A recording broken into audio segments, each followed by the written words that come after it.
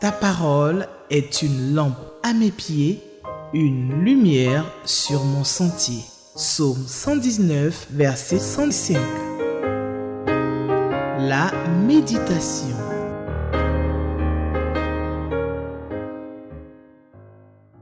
Shalom, shalom. Chers frères et sœurs, que le Seigneur vous bénisse. Merci encore d'être là pour cette merveilleuse occasion de méditation de la parole de Dieu qui nous est offerte par la libre lecture de la Bible sur la chaîne de télévision Espérance TV qui nous donne cette occasion d'être en connexion avec vous partout à travers le monde. Vous êtes très loin pour certains. Et Dieu nous donne de pouvoir communiquer, de pouvoir communier autour de sa parole. C'est une grande bénédiction et je veux vraiment que Dieu vous accorde sa paix et sa grâce, que cette année soit encore une année de grande bénédiction pour chacun de vous, dans chacune de vos activités, dans chacune de vos familles, que Dieu vous comble de grâce. Et pour ceux qui sont connectés pour la toute première fois, à une occasion de lecture de la Bible, de la parole de Dieu, il y a un certain nombre de questions que vous posez certainement. Que cette occasion soit pour vous une occasion de rencontrer le Dieu qui vous a créé, qui vous aime et qui a donné Jésus comme votre sauveur. Jésus est mort sur la croix pour toi. Et si tu l'acceptes comme Seigneur et Sauveur, tes péchés sont pardonnés. Ton nom est écrit dans le livre de vie de Dieu. Tu es devenu désormais enfant de Dieu. Et tu es sauvé pour l'éternité. Que ce temps soit un temps de joie pour toi. Que ce soit un temps de découverte, de rencontre personnelle avec Dieu, avec ton Créateur. Nous allons prier pour commencer donc notre méditation. Père Céleste, nous te rendons toute la gloire. Nous te bénissons. Nous t'élevons en dignité. Pour cette occasion merveilleuse que tu nous donnes chaque fois de nous retrouver autour de ta parole. Bénis, Père, ce temps de méditation de ta parole. Enseigne-nous ta parole. Permets que ce que nous entendons reste gravé dans nos cœurs et que nous puissions mettre cela en pratique. Merci, Seigneur. Merci, Père, de nous parler et de conduire ce moment. Nous avons prié au nom de Jésus. Amen. Alors, le texte de ce jour est tiré de l'Évangile selon Jean, le chapitre 6, les versets 16 à 27. Alors, je rappelle que c'est ce manuel que nous utilisons, donc le découpage de la parole de Dieu, de la Bible, donc, qui nous est proposé par la Ligue Lecture de la Bible. Au travers de ce manuel, qu'on appelle le lecteur de la Bible, vous aurez chaque jour un passage biblique et vous le lisez et vous réfléchissez à partir d'un certain nombre de questions qui sont posées. Et puis, quand vous aurez fini votre réflexion personnelle, vous pouvez donc lire le commentaire qui est fait ici dans le texte, dans ce manuel-là, et cela pourra davantage vous édifier et dans votre marche de tous les jours. Donc, il serait très important que chacun de vous ait un tel manuel. Il y a aussi la version électronique, la version en ligne que vous pouvez avoir pour toujours avoir accès à ça, parce que certainement tout le monde ne peut pas avoir ça physiquement, mais au moins la version en ligne, vous pouvez la voir pour votre méditation. Alors, nous revenons à notre texte de ce jour. Donc, je disais que nous lisons dans l'Évangile selon Jean, le chapitre 6, les versets 16 à 27. Je fais la lecture dans la version Louis II. Quand le soir fut venu, ses disciples descendirent au bord de la mer. Étant montés dans une barque, ils traversaient la mer pour se rendre à Capernaum. Il faisait déjà nuit et Jésus ne les avait pas encore rejoints. Il soufflait un grand vent et la mer était agitée.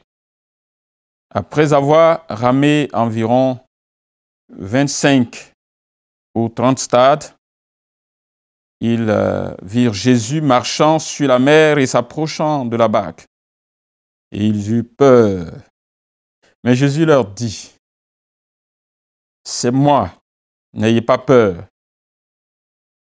Ils voulaient donc le prendre dans la barque, et aussitôt la barque aborda au lieu où ils allaient. Verset 22.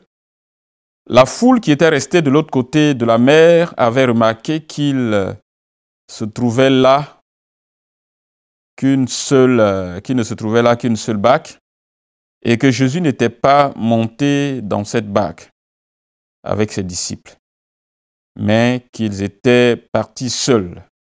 Le lendemain, comme d'autres barques étaient arrivées de Tibériade, près du lieu où ils avaient mangé le pain, après que le Seigneur eut rendu grâce, les gens de la foule, ayant vu que ni Jésus ni ses disciples n'étaient là, montèrent eux-mêmes dans ces barques et allèrent à Capernaum à la recherche de Jésus.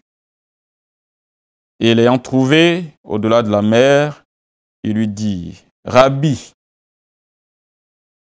quand es-tu venu ici ?» Jésus leur répondit, « En vérité, je vous le dis.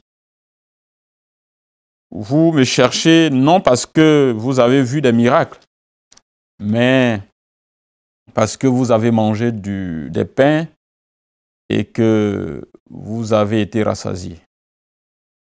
Travaillez non pour la nourriture qui périt, mais pour celle qui subsiste pour la vie éternelle, et que le Fils de l'homme vous donnera. Car c'est lui que le Père, que Dieu lui-même, a marqué de son sceau. Amen. Jusque-là, notre lecture de ce jour.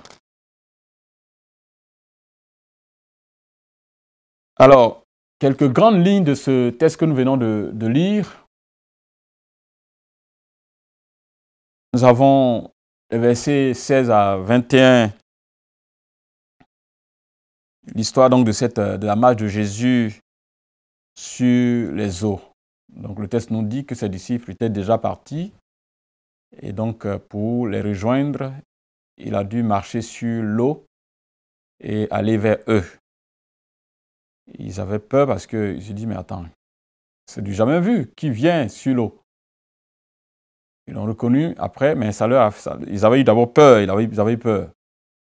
Et ils voulaient prendre Jésus dans la barque en lui disant, bon, viens, tu vas monter, on va aller, mais bon, ils avaient atteint déjà l'autre bord. Nous voyons ici donc une grande manifestation, de l'autorité de Jésus, de la puissance de Jésus, de son autorité, de son pouvoir au-dessus des lois de la nature. Jésus est plus fort. Il a le contrôle. En tant que créateur, les lois de la nature lui sont soumises. Les lois de la pesanteur, il dit que quand vous lancez un corps dans le vide, donc en l'air, il va redescendre sur la terre sous l'effet de son poids. Il va tomber. Jésus est monté au ciel sans prendre un avion. Mais aussi, on voit ici que Jésus marche sur l'eau. Il y a une chanson qui s'appuie sur ce texte-là. Jésus a marché sur les eaux sans prendre de bateau. Il contrôle donc, il aurait pu se noyer, mais il contrôle les forces de la nature. Il est le maître des forces de la nature. Et c'est ce qu'il a prouvé ici. Et ses disciples sont en train de découvrir au fur et à mesure, bien entendu. La deuxième partie du texte, donc du verset 22 au verset 27, parle l'histoire de ces gens qui suivent Jésus. Ils se sont rendus compte que Jésus et ses disciples ne sont pas là, donc ils sont partis de l'autre côté de la rive. Donc eux aussi, ils ont pris les barques qui étaient là et ils les ont suivis. Et ils vont et il se demande, mais Jésus, comment se fait-il que tu es ici? Et qui sont venus comme s'ils le suivaient, effectivement, par rapport à ce qu'il faisait comme miracle, ils avaient été touchés. Jésus leur dit, non, en réalité, vous ne me suivez pas à cause des miracles que j'avais faits, mais simplement parce que vous avez mangé. Et Jésus va profiter de cette occasion donc pour leur faire cet enseignement en disant, travaillez plutôt pour la nourriture éternelle et non pour la nourriture périssable. Ne passez pas votre vie à rechercher des choses qui sont simplement des choses périssables. Y a-t-il donc des exemples à suivre, à ne pas suivre dans ce test? C'est l'une des questions que notre méditation de jour nous pose.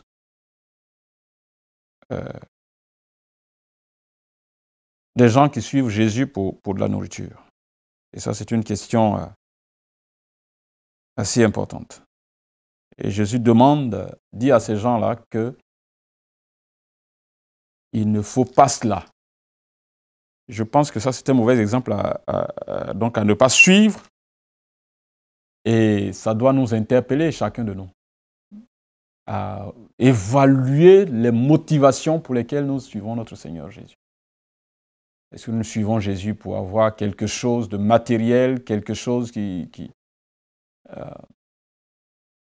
pour avoir du travail, pour avoir un mari, pour avoir une épouse, pour manger,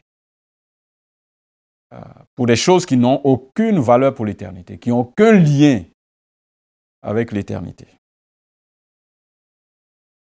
Et je dis ça, c'est un mauvais exemple. Il y a tellement de personnes qui suivent Jésus, mais pour juste des choses qui n'ont aucune valeur. Enfin, qui ont une valeur pour eux, mais en réalité, devant Dieu, ça n'a aucune valeur. Et ça doit nous interpeller. Est-ce que nous servons Dieu pour juste avoir de quoi manger? Ou bien, sincèrement, c'est un appel pour servir le Seigneur? Est-ce que c'est une manière de s'insérer socialement?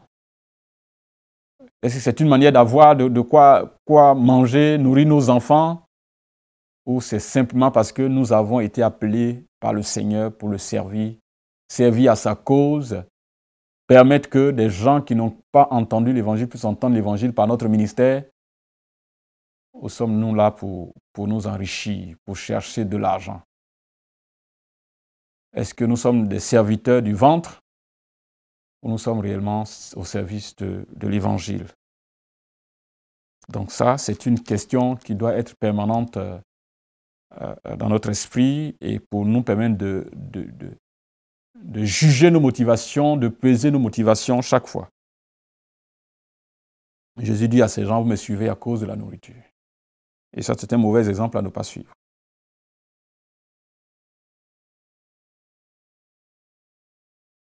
Une vérité que nous avons ici, qui touche toujours à ce même verset, il y a donc des nourritures qui sont des nourritures périssables. C'est ça qu'il dit. Travaillez, verset 27, non pour la nourriture qui périt, mais pour celle qui subsiste pour la vie éternelle, et que le Fils de l'homme vous donnera. Il y a de la nourriture périssable, qui nous donne la vie terrestre, qui nous donne un certain nombre d'aisance, qui nous donne un certain nombre de joie ici, mais ça ne va pas au-delà de la tombe. Ça ne va pas au-delà de la tombe. Et le Seigneur Jésus est en train de dire qu'il y a une nourriture qui est périssable et il y a une nourriture donc qui est pour la vie éternelle. Des choses dont il faut nous nourrir. La parole de Dieu nous conduit jusqu'au-delà de la tombe. Ce que nous faisons pour le Seigneur, pour la gloire du Seigneur, c'est quelque chose qui nous conduit au-delà de la tombe et qui nous accompagnera pour l'éternité. Il y a de la nourriture périssable qui reste pour un temps, qui se limite pour un temps. Il y a des gloires qui se limitent à la terre, mais il y a des gloires éternelles qui vont au-delà de la tombe. Et le Seigneur nous demande de rechercher cela. Ça, c'est une vérité qu'il nous donne ici. Que nous sachions faire la part entre ce qui est périssable, terrestre, et ce qui est éternel. Que le Seigneur nous aide par rapport à cela. Et que ce verset-là, en tout cas, moi, je le retiens personnellement pour moi, et que ce soit un verset que vous gardiez, que chacun de nous garde. Travaillez non pour la nourriture qui périt, mais pour celle qui subsiste pour la vie éternelle, que le Fils de l'homme vous donnera. Que cela reste gravé dans nos cœurs. Recherchez la nourriture qui ne périt pas. Recherchez la nourriture qui nous conduira au-delà de la tombe. Qu'on ne donne pas notre temps, notre énergie, notre intelligence, nos biens matériels et financiers, notre force physique pour des choses qui n'ont aucune valeur pour l'éternité. Pour de la vanité, parce que nous pouvons nous battre, lutter dans ce monde pour de la vanité. Et des choses qui, le jour de notre départ de cette terre, nous allons nous rendre compte qu'en fait, notre vie n'a été que de la vanité. Que le Seigneur nous aide à travailler pour une nourriture, pour la nourriture qui nous conduira au-delà de la tombe, au-delà de la vie terrestre. Que le Seigneur nous bénisse. Nous allons prier. Seigneur, nous voulons te rendre toute la gloire. Nous te bénissons pour cette occasion merveilleuse que tu nous as donnée autour de cette parole, de ce texte que nous avons lu. Seigneur, tu nous as montré que tu as tout pouvoir sur tout ce qui existe autour de nous.